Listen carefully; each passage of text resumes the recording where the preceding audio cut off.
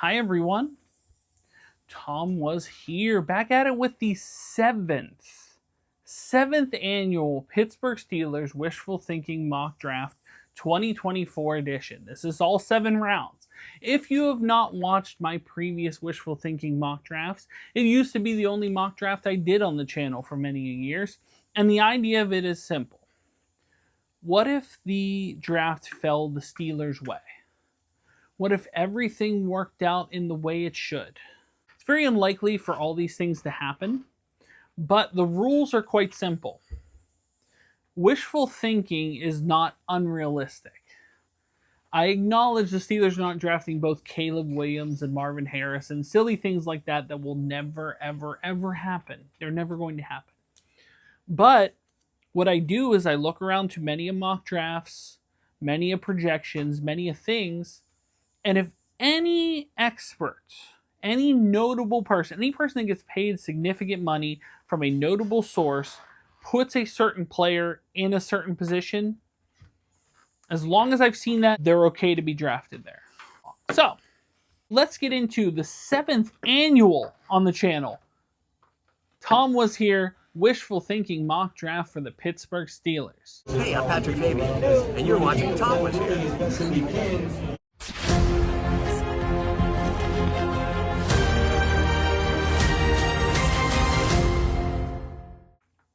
Okay, so I'll be honest. This is the hardest first round pick of any draft that I've ever done.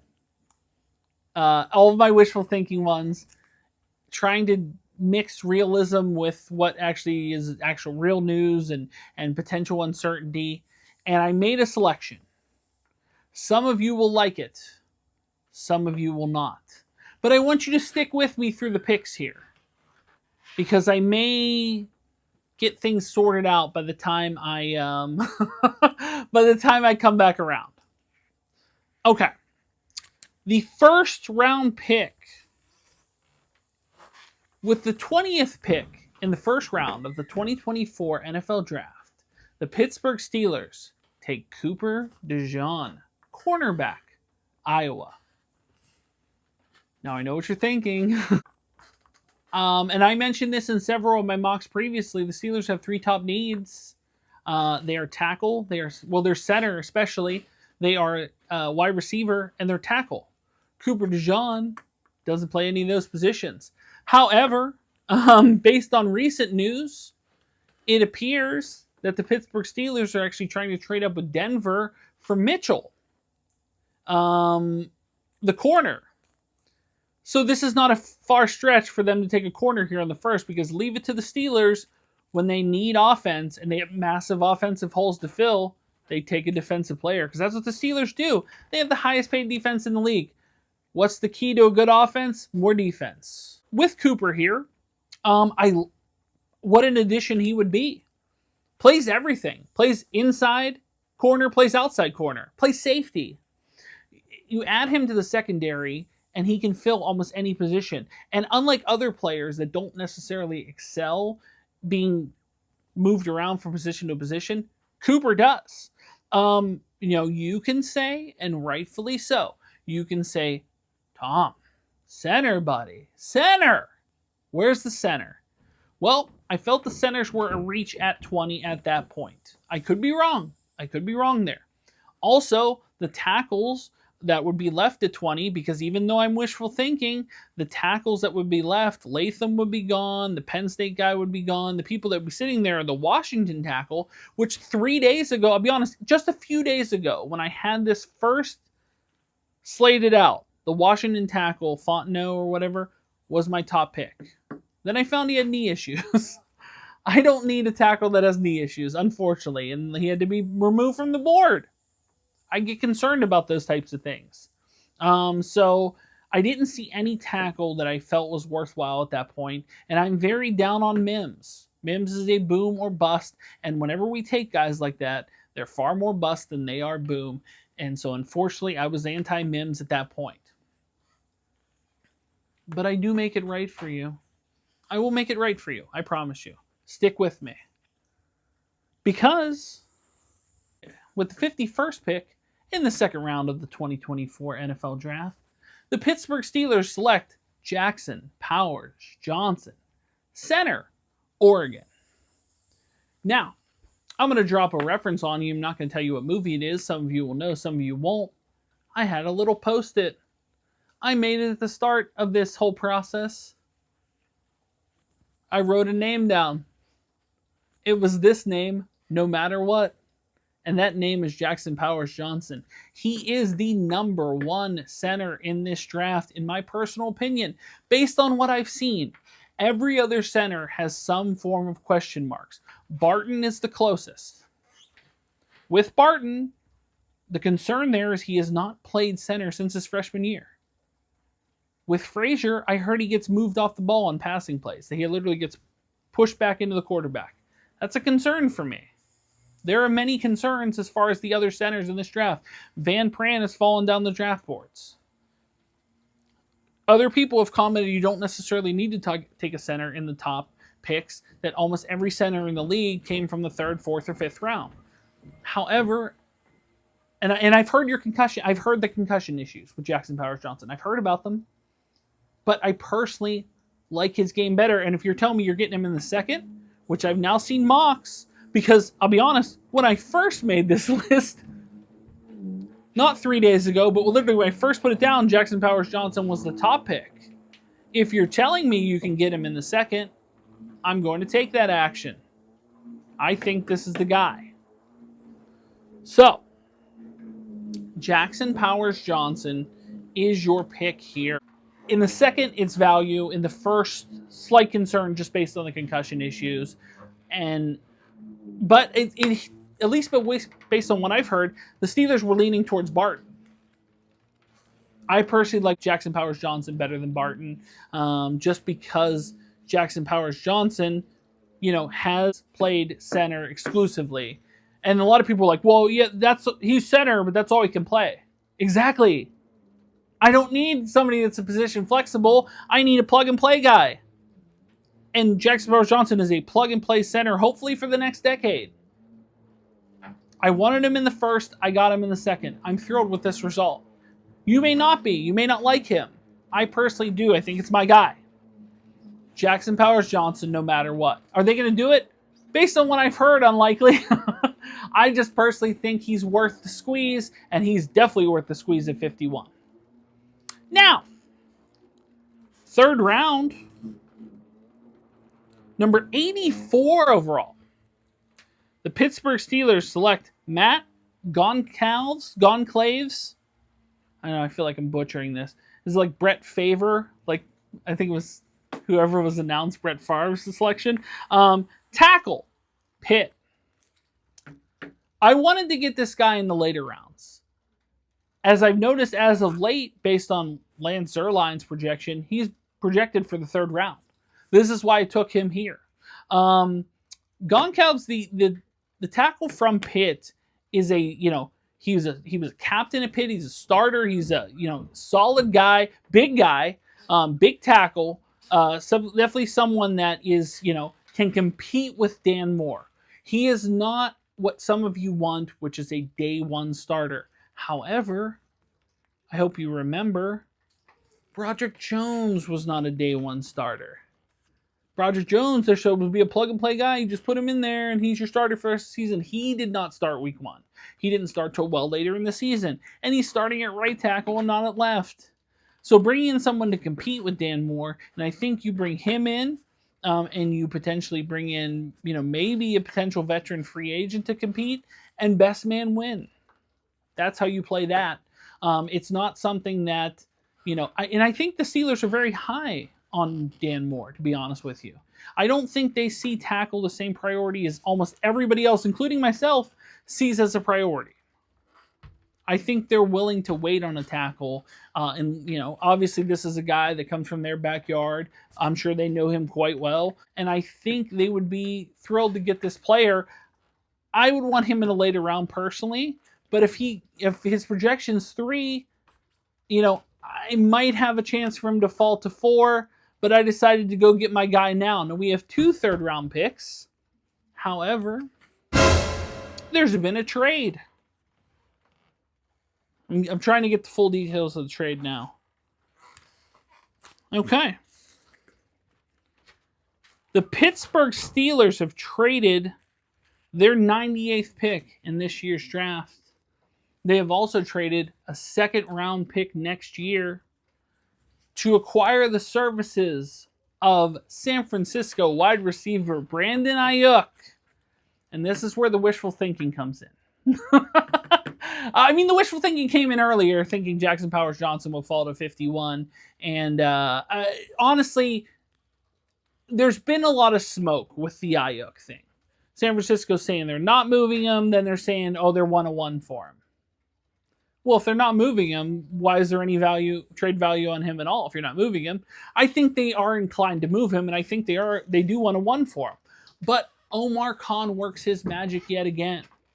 Keep in mind that, a month and a half prior to the Justin Fields trade, Mel Kiper said Atlanta should offer them the 8th overall pick for him.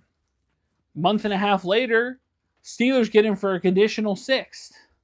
Next year, no less. So Omar Khan has found some magic in that old silk hat.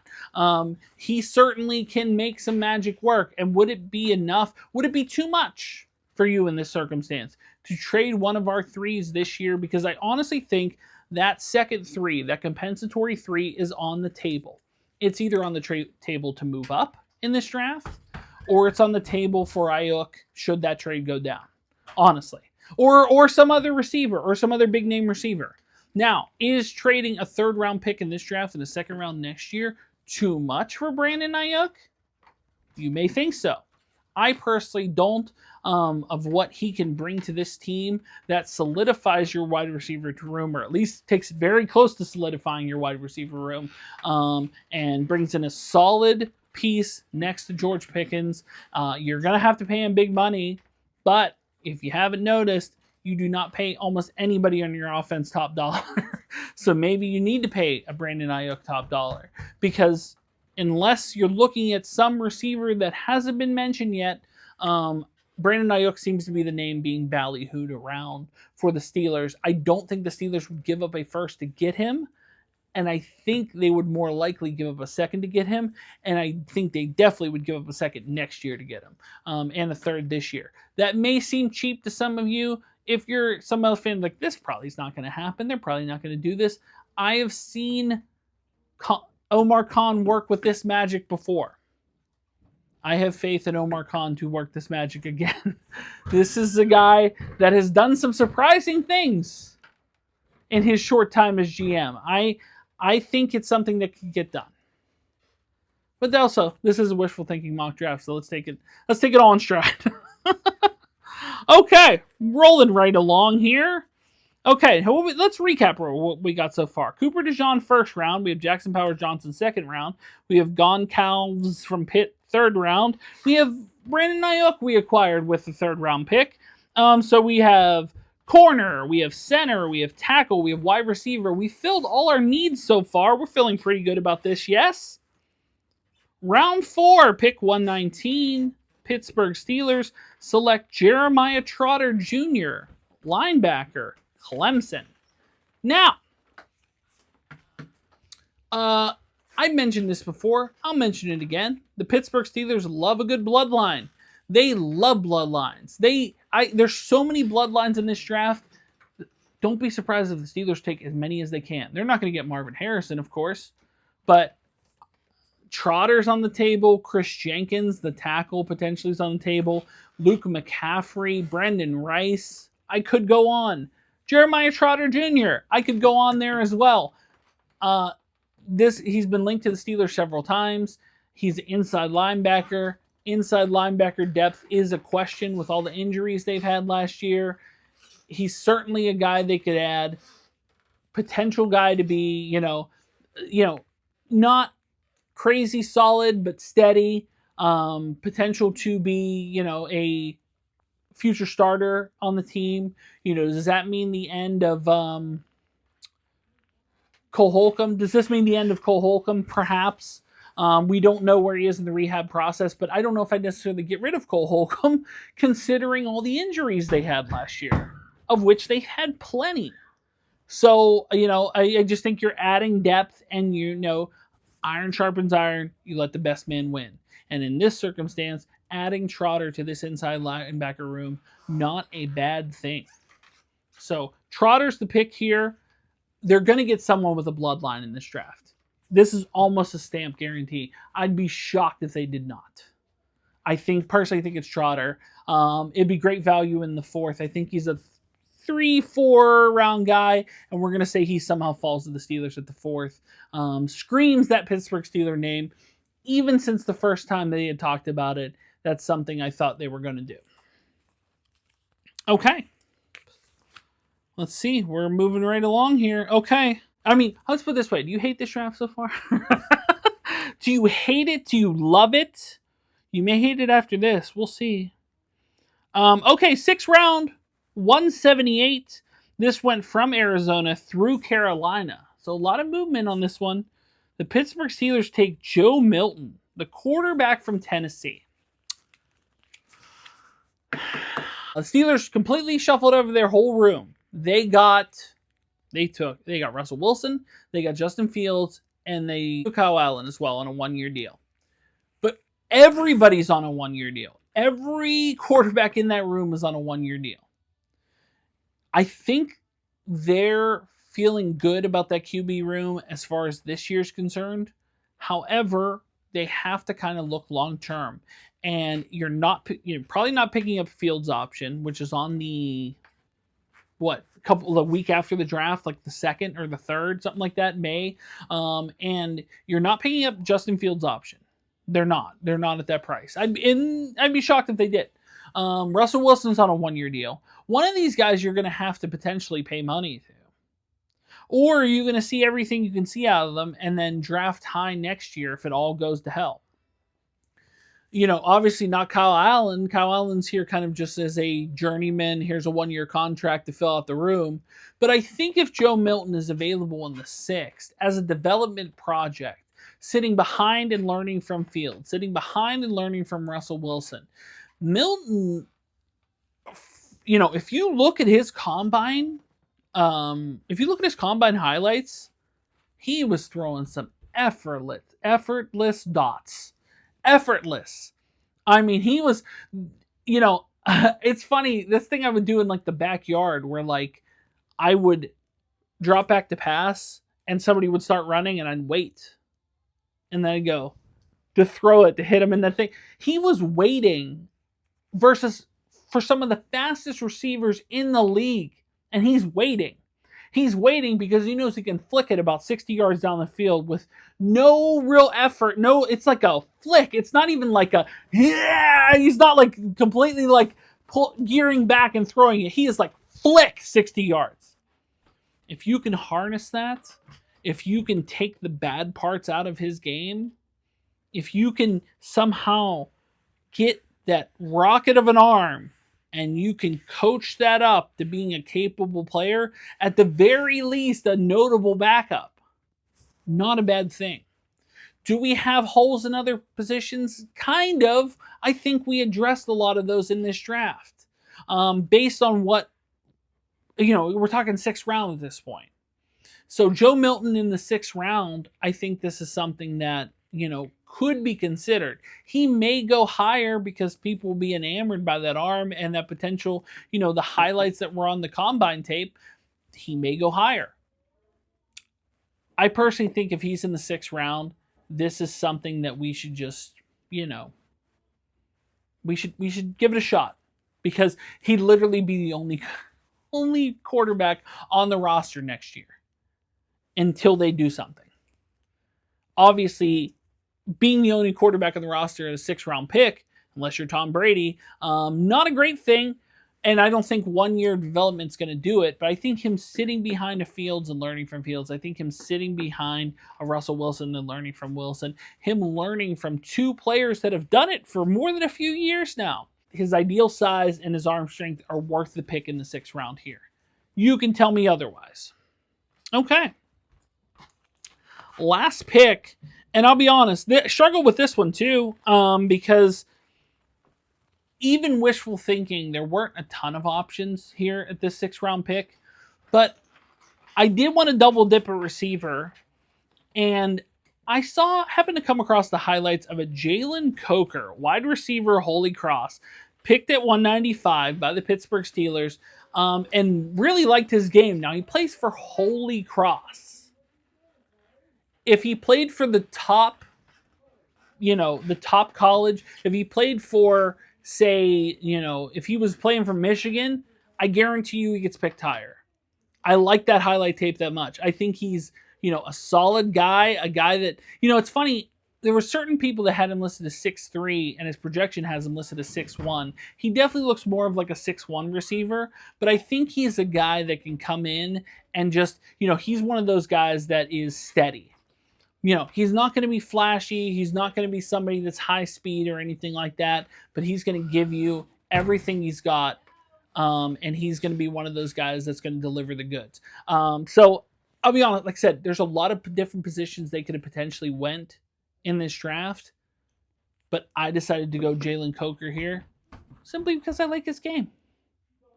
I like this highlights and I like this tape, and I think he's the pick here. Now, with this draft in the books, and I'll do a quick recap of it, you're talking Cooper DeJean, first round, pick 20. Jackson Powers Johnson, second round, pick 51. Matt Goncalves, tackle from Pitt, pick 84. A trade for Brandon Ayuk, which involves a 2025 second as well as the compensatory 98 third. Round 4, Jeremiah Trotter at 119.